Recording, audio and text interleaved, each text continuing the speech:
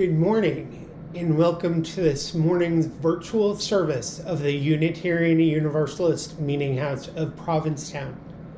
This morning we are delighted to share with you some words from Darcy Baxter.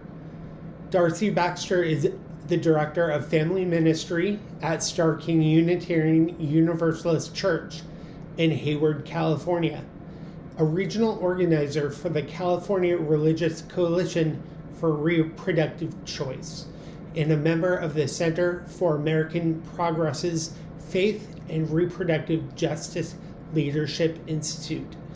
Our Reverend Kate will be back with us next week. This morning, I would like for you to share with me the lighting of our chalice. This morning's words are by Vanessa Southern. We light our chalice, symbol of our faith, for truth sought through questioning heart and an attentive mind, and for love pursued through obstacles inside and outside of our own heart, and for forgiveness and all it entails, the place where truth and love meet and merge.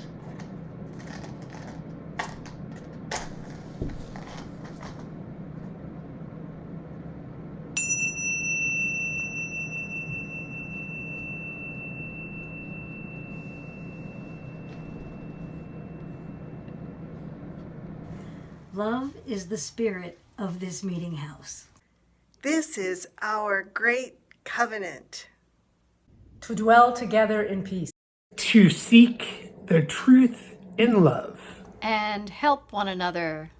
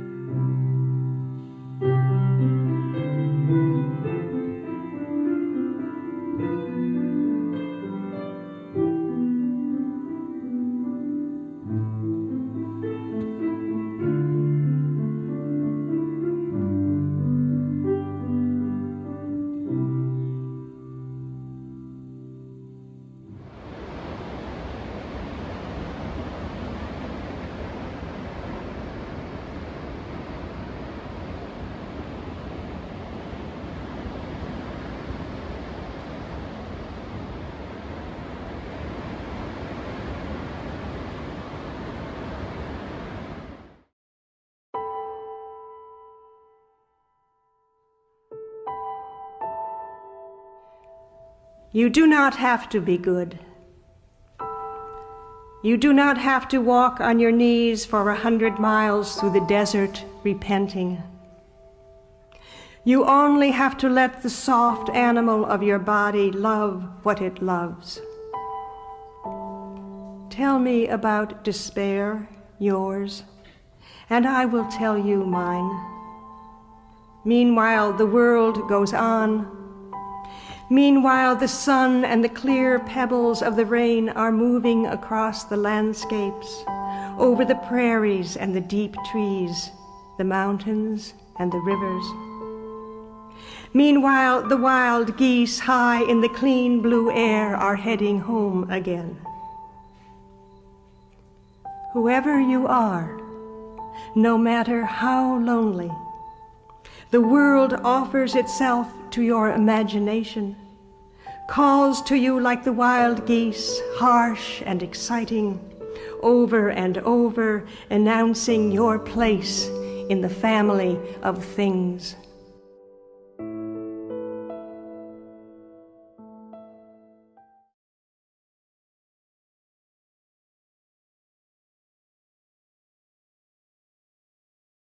The days be dark with storms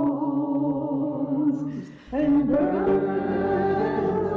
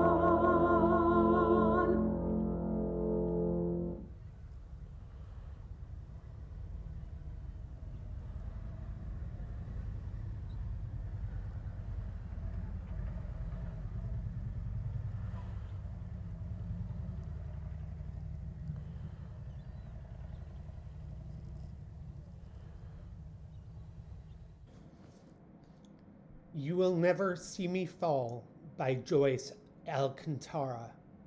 You may see me struggle, but you won't see me fall. Regardless if I'm weak or not, I'm going to stand tall. Everyone says life is easy, but truly living it is not. Times get hard, people struggle, and constantly get put on the spot. I'm going to wear the biggest smile, even though I want to cry. I'm going to fight to live, even though I'm destined to die. And even though it's hard, and I may struggle through it, you may see me struggle, but you will never see me fall.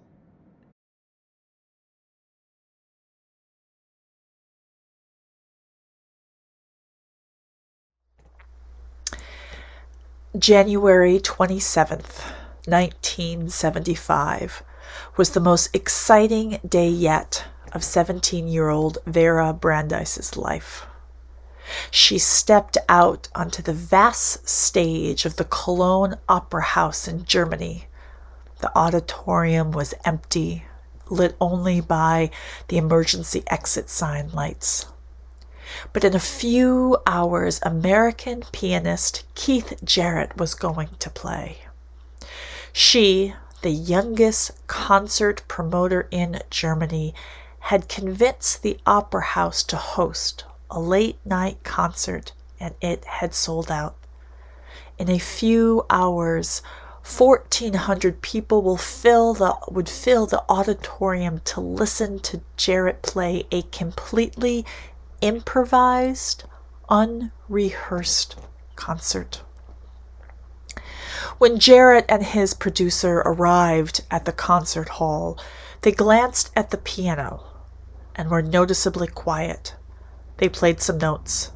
They glanced at each other and then turned to 17-year-old Vera and said, quote, "If you don't get another piano, this concert is not going to happen tonight." The piano was literally unplayable. It was out of tune, and the black keys were sticking. The pedals did not work. The upper register of the keyboard was harsh and tinny because all the felt had been worn away. It was weak in the bass register, and the pedals did not work properly. And most importantly, it was too small. So it didn't even have enough volume to actually reach the back of the auditorium. So, of course, Jarrett refused to play. Apparently, there had been some confusion by the opera house staff. Jarrett had requested a Bosendorfer 290 Imperial Concert Grand piano.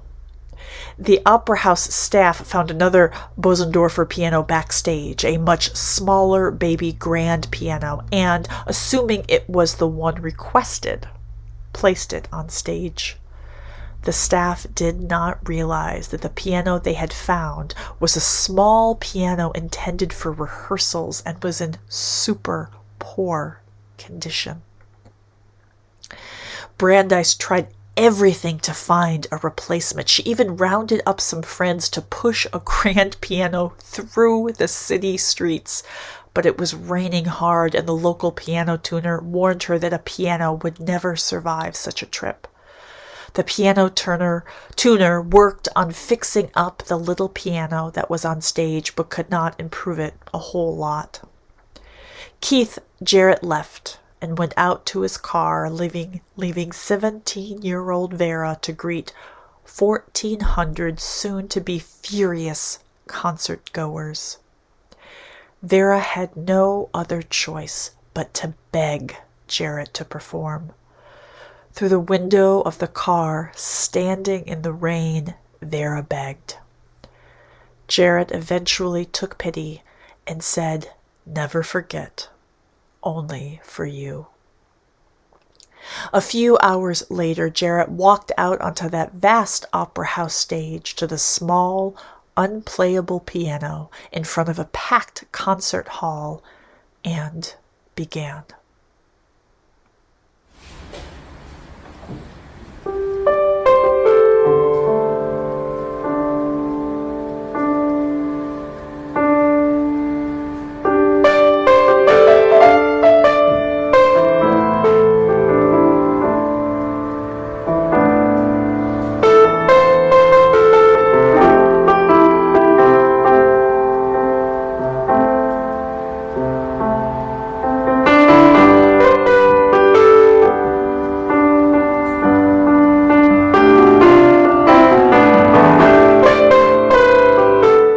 Not what you were expecting, huh?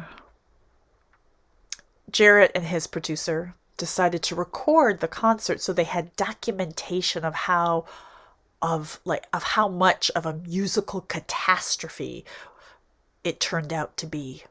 And they wanted to play it for future promoters and tell them to make sure to be thorough and ensure that there is always a proper piano.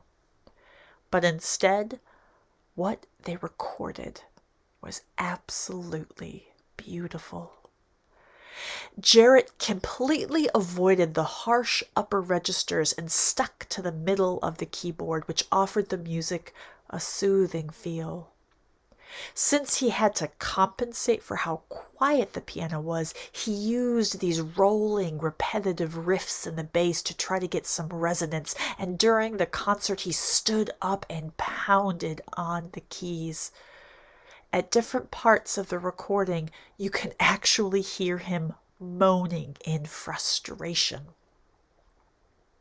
All those adjustments Jarrett had to make to cope with that awful piano. And all those adjustments forced him into new realms of creativity. The Cold Concert album is the best-selling jazz album in history. The best solo jazz album in history, and the best-selling piano album in history. We human beings are an incredibly creative and resilient bunch. There are so many instances when we are faced with an unplayable piano and we are actually able to produce something great out of it. But so often our first reaction is what Keith Jarrett's was. Heck no, I am not gonna work with that.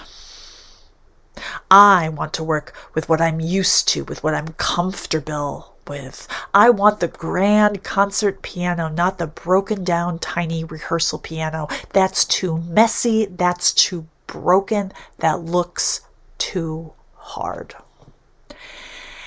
And while not every piano player sitting down at a rundown piano is going to produce a best-selling album, this story of the Köln concert reminds us of a very important truth, particularly in this historical moment, that engaging with the limitations of our life can yield beautiful possibilities. Beauty can be born from brokenness. But we get so caught up in our habits. We, of course, rather avoid our limitations, rather avoid playing on a broken, rundown piano.